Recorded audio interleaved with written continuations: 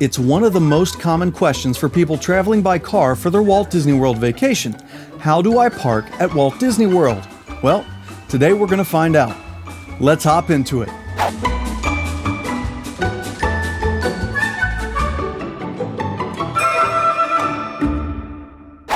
Hello and welcome to the Park Hop. My name's Jacob. Many people who are visiting Walt Disney World for their vacation fly into the Orlando International Airport, jump onto Disney's Magical Express, and never touch a car again until they return home. And that is great. If you're like me, however, you're very familiar with long car rides down interstates to get to Walt Disney World. And for those people, and also those who rent cars upon their arrival, there is a very common question that might surprise you. And that is, how do I park at Walt Disney World?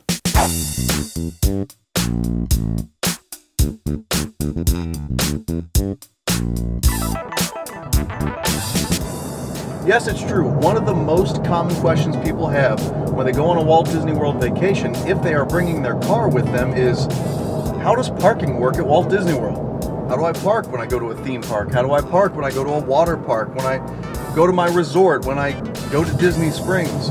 And all of the answers are a little bit different depending upon which part of property you're talking about.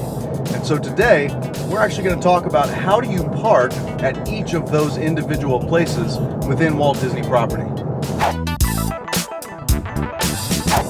So when you park your car at any of the parks on Disney property, the experience is going to be pretty similar. You're going to come up to a toll booth where you're going to pay your parking fee, and you can actually find those parking fees listed in the description down below.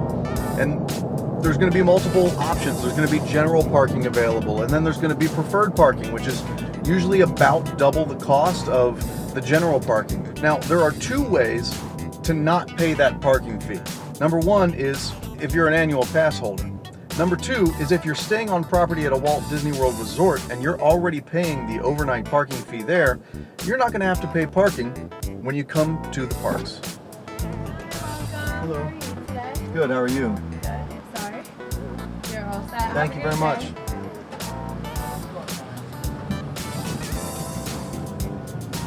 Now, after you go through the toll gate, you're going to just pay attention to the signs. If you need handicap parking, you're going to stay all the way to the right in every theme park's parking lot. You're going to stay all the way to the right and follow a blue line. Sometimes it's solid, sometimes it's a dotted line, but you're going to follow that blue line to handicap parking. If you're looking for preferred parking, you're going to follow a red or orange line, depending upon how the sun hits it, and that red or orange line is going to take you to the preferred parking area that's closer up. And if you're general parking, you're going to find that there are multiple lanes going to the same place. It doesn't matter which one you're in, because all of those lanes are going to get directed by a Walt Disney World parking cast member. None of the parking at a Walt Disney World theme park is self-directed in that you can just choose whatever parking spot you want. As you get into the parking lot, you're going to notice that there will be cast members pointing you in the direction that they would like for you to go and giving you a direction towards the available parking spaces in the part of the parking lot that they are currently seeking to fill. Now, when you go to the Magic Kingdom, you're not actually parking at the Magic Kingdom. You're actually parking at the Transportation and Ticket Center, where you'll catch a monorail that will then take you to the Magic Kingdom. Now, there's also a monorail from the Transportation and Ticket Center that takes you to Epcot, which means when you're going to Epcot, you actually have two choices. The first one will be to go to the main Epcot parking lot where you'll be closer to Epcot and you'll just walk or take the tram up to the front of the park, or you can actually come to the Magic Kingdom parking lot. You can take the monorail from there and go to Epcot that way. Now, when you want to go to one of the water parks, it's going to be a little bit different. When you're going to Blizzard Beach or Typhoon Lagoon, you're going to find that there is no parking fee, which is awesome. Also, when you come to Blizzard Beach, you're going to find that the parking is self-directed, so there are no cast members in the parking lot showing you where to go. It's a relatively small parking lot. Whoa, my camera just wobbled there. It's a relatively small parking lot, so you're going to be able to decide on your own where you want to park. Now, if you're going to Typhoon Lagoon, it's a little bit different. Their attendance is slightly higher, the parking lot is slightly larger, and they will have cast members there showing you where they would like for you to park as they try to space everybody out evenly over the course of the day. Now, at both of those parks, it's the same as the other theme parks in this way. If you're looking for handicapped parking, follow the blue line and it'll lead you exactly where you need to go. Now, if you're looking to go to Disney Springs, parking is so much better than it was in years past, back when it was just downtown Disney in the marketplace. There are multiple parking garages, there are multiple surface lots, and between all of those things, there's going to be enough parking for everybody. And the other great thing about Disney Springs parking is that parking is free.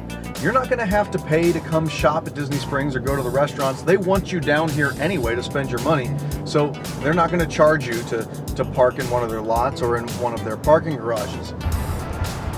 Now, one of the great features of the Disney Springs parking garages is that there's a sign when you enter that tells you how many spots are available on each level. And the way that they know that is with these little green lights that you see up by the ceiling. There's a sensor on the ceiling that detects whether or not a car is in that spot. And then there's a little green light if the spot is available. And if that spot is not available, that little green light goes away. Makes it really easy to find out where the available parking is. Now, some of the parking garages, like this one over here, are across the street from Disney Springs. You may say, well, I don't want to deal with crosswalks and traffic. You don't have to worry about that because there are elevated walkways that actually cross over the top of Buena Vista Drive, so you can get to the parking lot with relative ease. And if you don't even want to do the steps up to the elevated walkway, there's actually elevators on each side. So if that's a problem for you, you can take advantage of that too. Now, when you want to park at a Walt Disney World Resort Hotel, it's important to remember that all resort hotels now charge for parking. It varies from values to moderates to deluxe resorts, and you can look at those fees down below. We'll keep those updated as they do change each year. But you're actually going to be paying for parking at your hotel. But you won't have to do that when you actually enter the hotel the first time. That'll all be taken care of during the registration process. When you pull up to your hotel for the first time, like the Wilderness Lodge, you're going to pull up to a gate where you're just going to let them know that you're checking in. And they'll direct you towards the main portico where you can pull up under that portico. You can go inside, check in, and then they'll direct you to where the parking lot for your hotel is. In the deluxe resorts, it tends to be one large parking lot. In some of the moderates or the value resorts, it tends to be spread out a little bit more, and they'll direct you how to get to the parking lot closest to your building. Now, if you're just coming to a resort hotel to eat something, you can do that. Just let them know at the gate that you're coming for a dining experience or that you wanted to go to one of the shops, and they'll let you through. Hello, sir. No, I'm going to Whispering Canyon. Yeah, I'm doing a walk-up. I don't have a reservation. Thank you, sir. I appreciate it. You have a great day. See? Couldn't be nicer.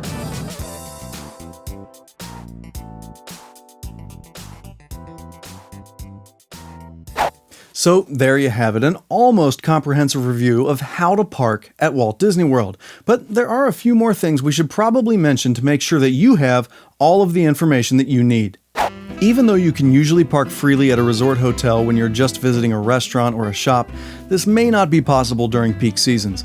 If you have a reservation at a table service restaurant, you'll be fine. But otherwise, you might find the parking area reserved for resort guests only in peak seasons. When parking at a Disney park or Disney Springs, be sure to take a picture of where you parked. All parking areas are well marked, but that doesn't mean that you're going to remember where your car is at the end of a long day. Just snap a picture of the identifier for your car's location and you'll be sure to find it in case your memory fails you. And yes, I learned this the hard way. You can find valet parking at any of Disney's deluxe resorts or Disney Springs. You can find those updated rates in the description down below as they change pretty regularly. And one more helpful hint, if you use valet services at your resort hotel, your fee is in place of your overnight resort parking fee, so don't worry about having to pay both. So now you know how to park at Walt Disney World. There was a lot to cover, and about those parking fees, we didn't include them in the video because they just change so often. And that's why we invite you to look in the description down below to find the parking fees most relevant to your visit, and we'll do our best to update them each time they go up. And they only go up. Hey, thanks for watching. If you like this video, be sure to give it a thumbs up. If you're new here, don't forget to subscribe and click that notification icon. And if you have a special parking trick that you like to use at Walt Disney World, go ahead and leave a comment down below and let us all know about it. In the meantime, my name's Jacob, reminding you to gather your belongings, watch your head and step, and take all small children by the hand.